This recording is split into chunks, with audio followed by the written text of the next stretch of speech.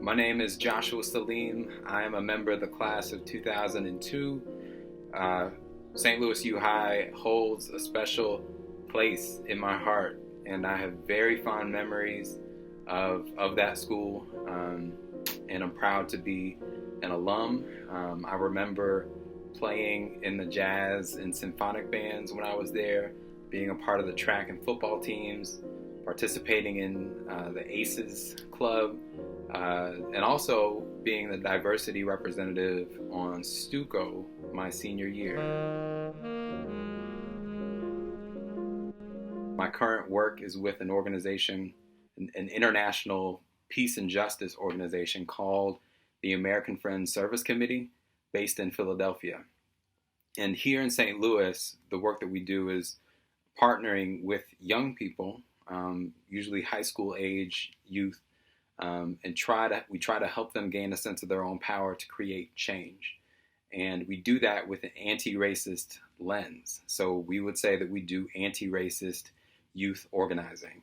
And I get the privilege of working alongside some amazing young people who challenge systems and institutions in St. Louis to do better by the poor and by communities of color. And we identify and name systems that have a particularly negative relationship to Black and Brown communities, and a more positive relationship with white communities. So we talk about education, we talk about healthcare, we talk about housing, and of course the criminal justice system. Because for me, the goal of racial justice and racial equity is for us to get to a point where a person's life outcomes are no longer predictable by race.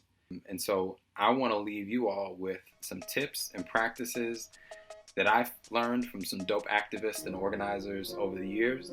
And I've got 6 of them. So number 1 is focus on systems and institutions. Racism, it plays out at multiple levels, individually, but also I think primarily at the systemic and institutional level. So we need to, hold individuals accountable, but we also need to hold institutions and systems accountable and, challenge them to do better. Number 2 is learn about intersectionality. So I am a Black person.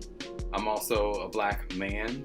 I am a Black cisgender heterosexual man who's also a Jesus follower. So those different identities I bring to whatever space I'm in, and depending on the space, some of those identities can carry some privilege with them, and so I need to be aware of that and how I show up in certain spaces. So intersectionality is key.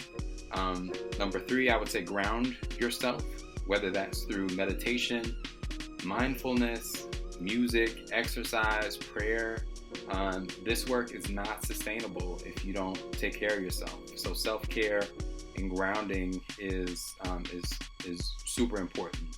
And for me, that is a part of that is my faith and trying to live out the model that Jesus had, and standing up for, hanging out with those whom society had discarded or marginalized. And even if you're not a Jesus follower, I would say that all of us are called to pursue justice as a way of healing the brokenness that we see around us.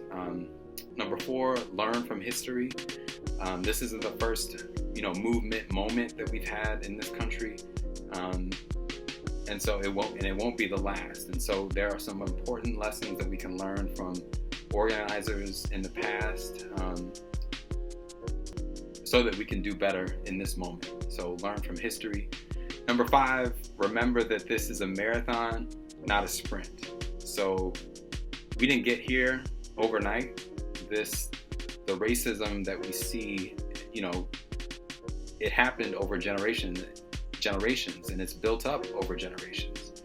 And we need to be mindful of that as we do this work, that it's not a quick fix.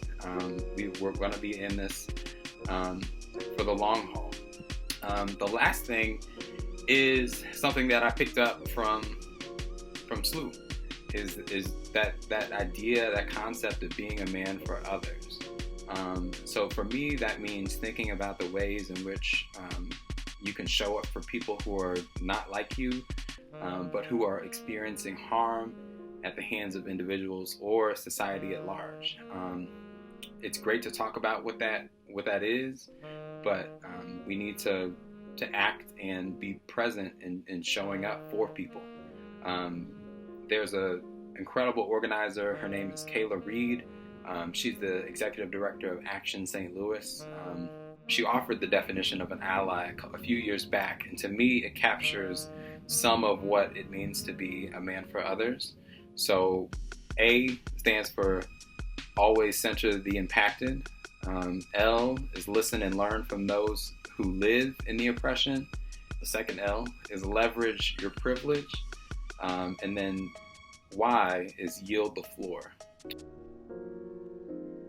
Yeah, if there is ever a need, feel free to reach out. If you want to connect around these issues, feel free to look me up, and we'd love to have you involved in our work. So thank you for the time. Thank you, SLUH, for putting this together and for the invitation. Hope it's been useful. Take care, y'all.